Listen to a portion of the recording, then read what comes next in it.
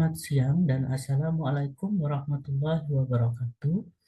Baik, pada siang hari ini saya akan membahas materi mengenai elektrolisis, gitu ya. Jadi, untuk siswa-siswi kelas 12 MIPA, semoga dengan adanya materi ini bisa membantu siswa-siswi kelas 12 MIPA agar belajar elektrolisisnya lebih mudah, gitu ya. Baik, silakan disimak video berikut ini dan nanti ya jikalau dalam proses belajarnya menemukan soal-soal yang mungkin tipenya mirip seperti apa yang ada dalam contoh video ini, tentu saja semoga bisa membantu, gitu ya. Baik, untuk yang pertama saya awali dari hukum Faraday yang pertama. Ya, jadi salah satu penerapan dari elektrolisis yaitu adanya hukum Faraday. Gitu ya. Jadi nanti ada Faraday 1 dan Faraday 2. Gitu ya. Untuk sementara yang kita pelajari adalah hukum Faraday yang pertama. Oke, hukum Faraday yang pertama, rumus yang digunakan kita bisa menggunakan rumus ini. W sama dengan E dikalikan dengan F. Gitu ya. Nanti petunjuknya ada di bagian bawah. Kemudian rumus yang kedua bisa menggunakan rumus W sama dengan AR dibagi muatan dikalikan dengan F. Gitu ya. Dengan kata lain E itu adalah AR dibagi muatannya. Ya, atau ada yang bilang valensi, boleh. Oke. Kemudian nah, di mana F sendiri itu dirumuskannya adalah I dikalikan T dibagi 96.500.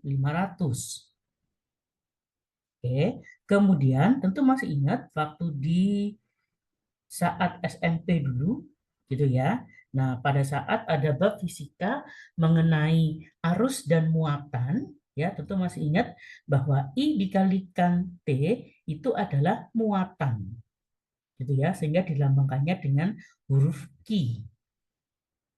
Oke, saya ulangi kembali. I dikalikan dengan T adalah muatan. Itu ya, silakan diingat-ingat kembali. Dulu pernah dapat materi saat SMP, gitu ya, di fisika, ya, untuk babnya mengenai muatan dan arus listrik. Oke, dibaginya tetap sama, yaitu 96.500. Kemudian rumus yang terakhir boleh menggunakan seperti ini, AR dibagi muatan kali I kali T dibagi 96.500. Ini yang sering dipakai. Gitu ya. Jadi hanya I kali T per 96.500. Oke. Nah, untuk keterangannya yaitu ini, W itu adalah massa endapan. Ya, atau ada juga mungkin Bapak Ibu guru di sekolahnya menggunakan lambang menggunakan huruf M kecil. Itu boleh, tidak ada masalah, gitu ya. Kemudian huruf E-nya ini disebutnya dengan nama massa ekuivalen, gitu ya. Atau ada yang bilang mol ekuivalen, boleh, sama saja, gitu ya. Dirumuskannya adalah AR dibagi muatan. Kemudian AR adalah massa atom relatif, tentu sudah tahu. F ya disebutnya muatan boleh, ada yang bilang arus listrik boleh, gitu ya. Tapi satuannya harus F. Maksudnya apa? F adalah Faraday. Gitu ya. Oke. Kemudian kalau I adalah kuat arus listrik yang bersatuan ampere. Itu bedanya. Kalau nanti ada soal ya yang berbunyi misalnya arus listrik tapi satuannya F, ya maka lambangnya adalah F, gitu ya. Kemudian T adalah waktu, ingat satuannya harus detik waktunya. Kemudian Q adalah muatan, yang satuannya harus kolom. Jadi Q yang di atas ini ya. Nah, ini adalah satuannya kolom. Ya, kemudian muatan. Nah, yang dimaksud muatan ini adalah jumlah elektron, gitu ya, atau Bapak Ibu gurunya menyebutnya valensi. Oke, nah maka satu di antara rumus ini yang akan kita gunakan dalam menyelesaikan soal nanti yang terkait dengan hukum Faraday yang pertama. Oke. Nah, baik untuk contohnya. Nah, berikut contohnya. Dalam sel elektrolisis berisi lelehan magnesium klorida dengan elektroda grafit. Maka tentukanlah, ya, di sini AR-nya sudah ada. Maka tentukanlah yang pertama, tuliskan reaksi elektrolisisnya secara lengkap. Kemudian yang B, jika elektrolisis dilakukan dengan arus 10 ampere selama 965 detik, maka massa Mg yang mengendap ada sebanyak berapa gram? Oke. Nah, yang pertama yaitu kita lakukan elektrolisis pada lelehan MgCl2. Oke. Nah, tentu kalian masih ingat teori dari elektrolisis, ya. Yang pertama kita ionisasikan terlebih dahulu. Gitu ya. MgCl2 terionisasi menjadi Mg2+ ditambah 2Cl-. Ya, tentu masih ingat bahwa yang bermuatan positif larinya ke katoda, yang bermuatan negatif larinya ke anoda. Gitu ya. Sehingga ya katodanya berisi Mg2+ ditambah 2E menjadi Mg. Kenapa Mg-nya mengendap? Karena kalian lihat di sini, ini kan bentuknya lelehan ya.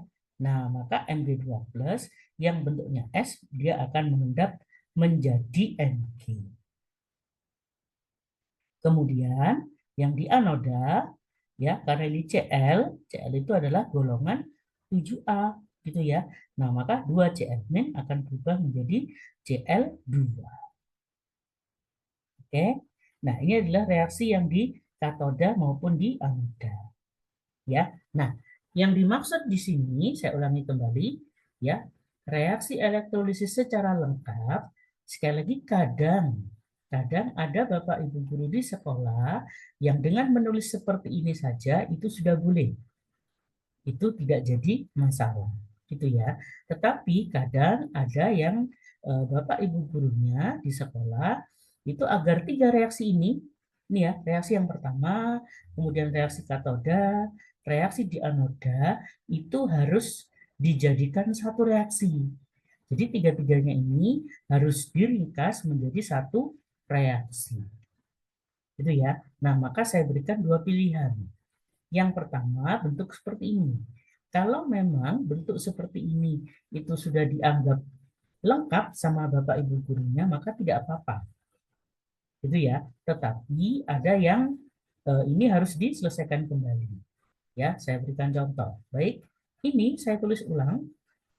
Oke, jadinya seperti ini. Gitu ya. Sekali lagi ini hanya saya copy saja. Cuma mohon maaf, tanda panahnya saya urutkan. Saya luruskan di sini, gitu ya. Nah, yang diminta biasanya Bapak Ibu guru, kalau ada ion yang sama, maka boleh dicoret. Gitu ya. Oke, saya tarik garis dulu. Nah, yang sama boleh dicoret. Maksudnya di ruas kiri ada, di ruas kanan ada, maka boleh dicoret. Misalnya siapa? Elektron. Lihat sudah sama-sama 2, maka elektron boleh dicoret. Gitu ya. Kemudian lihat di sini Mg, Mg yang pertama di kiri sebelum tanda panah ya. Yang ini Mg di kanan. Maka Mg boleh dicoret. Yang ketiga yang boleh dicoret lagi adalah yang Cl. Gitu ya. Nah, kalau sudah, maka yang tidak dicoret kita tulis ulang. Ya, maka jadinya MgCl2 menjadi Mg ditambah Cl2. Ya, makanya sekali lagi, seandainya sebelah sisi kiri ini sudah dianggap benar sama Bapak Ibu gurunya, maka tidak apa-apa. Itu ya. Sekali lagi mengikuti apa yang ada di sekolah masing-masing saja. Itu ya, karena kadang ada beberapa Bapak Ibu guru mungkin berbeda pandangan saja. Gitu ya, tapi secara umum mereka sudah benar. Oke. Nah, kalau ingin reaksinya diselesaikan, ada yang dicoret seperti ini, maka kalian bisa lihat sisi yang sebelah kanan. Gitu ya. Baik. Kemudian untuk yang poin yang B, Jika elektrolisis dilakukan dengan arus 10 ampere selama 965 detik, maka massa Mg yang diendapkan. Oke. Nah, ini poin yang B ya. Saya tulis ulang kembali. Arusnya 10 ampere selama 965 detik. Ini AR-nya. Nah, ternyata karena yang ditanya cuma massanya Ag, maaf, yang ditanya adalah massa dari Mg, maka nanti yang kita ambil adalah AR dari Mg-nya saja. Itu ya, Cl-nya enggak dipakai. Ya, untuk jebakan. Oke. Nah, reaksinya saya tulis ulang kembali. MgCl2 terionisasi menjadi Mg2+ ditambah 2Cl-. Maka rumus W-nya menggunakan yang ini, AR dibagi muatan, atau ditulis valensi boleh, kali I kali T dibagi 96.500. Itu ya. Kemudian AR-nya kita memakai yang ini 24. Valensi, lihat ininya. Nah, Mg-nya kan 2+ ya. Nah, makanya 24 per 2. Oke, kemudian kali I kali T per 96.500. I-nya adalah 10 ampere, yaitu 10 kali T-nya 965 detik. Itu ya, ini sudah 965. Dibagi 96.500. Ya, maka ketemunya adalah 1,2 gram.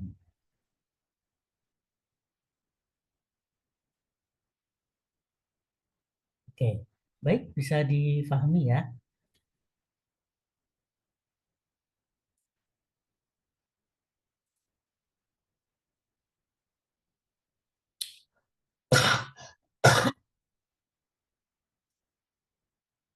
Nah, untuk contoh yang kedua, larutan tembaga sulfat dielektrolisis dengan elektroda grafit menggunakan kuat arus listrik 1,93 ampere. Maka tentukanlah, ya, tuliskan reaksi elektrolisis di katoda dan anoda. Kemudian, waktu yang dibutuhkan agar dihasilkan endapan Cu sebanyak 0,64 gram. Oke. Nah, larutannya adalah tembaga sulfat. Ya, tembaga sulfat itu rumus kimianya CuSO4. CuSO4 terionisasi menjadi Cu2+ ditambah SO4 2-. Ya, tentu kita ingat bahwa yang bermuatan positif akan lari ke katoda, yang bermuatan negatif akan lari ke anoda. Itu ya. Nah, dengan demikian, maka Cu akan ada di katoda, gitu ya, dan SO4 akan di anoda. Maka reaksinya begini, yang katoda Cu2+ wujudnya Ag ditambah 2E menjadi Cu. Itu ya. Sementara, nah, yang di anoda, tadi saya katakan kan harusnya SO4. Gitu ya. Cuma masih ingat, karena mengandung oksigen, ya, maka dia digantikan oleh 2H2O dan seterusnya. Ya, jadi inilah reaksi yang terjadi di katoda maupun di anoda, gitu ya. Nah, saya ulangi kembali sedikit. Mohon maaf ya. Nah, yang di anoda kenapa diganti H2O? Karena SO4 itu S-nya atau sulfurnya mengandung oksigen. Nah, yang mengandung oksigen dia tidak bisa terionisasi di anoda, gitu ya. Dia tidak bisa, mohon maaf, dia tidak bisa mengalami reaksi elektrolisis di anoda. Maka SO4 ya perannya akan digantikan oleh H2O, gitu ya. Nah, jadi silakan diingat kembali materi tentang reaksi-reaksi elektrolisis yang terjadi baik di katoda maupun di anoda, gitu ya. Baik. Ini sudah, karena yang ditanya hanya reaksi di katoda dan anodanya saja. Gitu ya. Kemudian yang B yang ditanyakan adalah waktu yang dibutuhkan agar dihasilkan endapan Cu sebanyak 0,64 gram. Oke. Maka kita pakai rumus yang W tetap sama seperti tadi. AR dibagi valensi kali I kali T dibagi 96.500.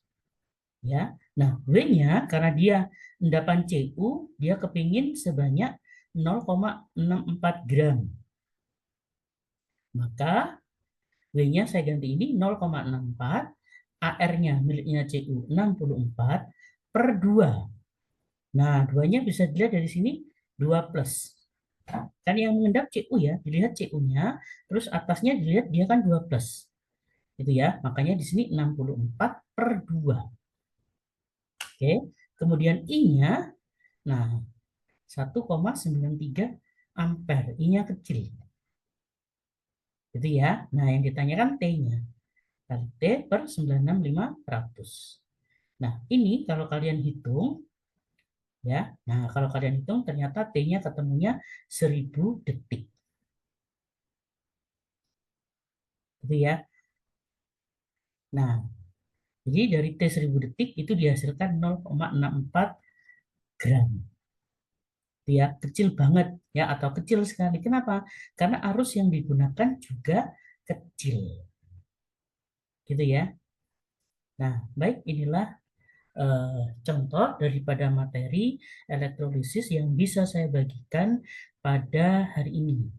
Gitu ya. Jadi semoga adanya video ini bisa membantu kalian supaya belajarnya jadi lebih mudah gitu ya. Dan jikalau terdapat mungkin satu atau dua soal yang sama ya ada kemiripan mungkin ya. Nah, maka tentu saja bisa sangat membantu gitu ya. Nah, baik, sampai ketemu di video pembelajaran kimia berikutnya. Saya ucapkan selamat siang dan wassalamualaikum warahmatullahi wabarakatuh. Ya, baik, inilah yang bisa saya share untuk siswa-siswi sekalian. Ya, jadi bisa di-share ke teman-teman yang lain ya jika bermanfaat dan agar dapat membantu teman yang lainnya gitu ya, dan bisa di-subscribe untuk mendapatkan update videonya di tiap minggunya gitu ya. Dan bagi yang menonton channel ini silahkan beri komentar yang positif di channel ini ya. Itu saja yang bisa saya berikan kepada siswa-siswi sekalian, baik untuk yang kelas 10, kelas 11 maupun kelas 12 ya. Semoga channel ini dapat membantu untuk proses pembelajaran untuk siswa-siswa sekalian ya. Baik, terima kasih atas waktunya. Assalamualaikum warahmatullahi wabarakatuh.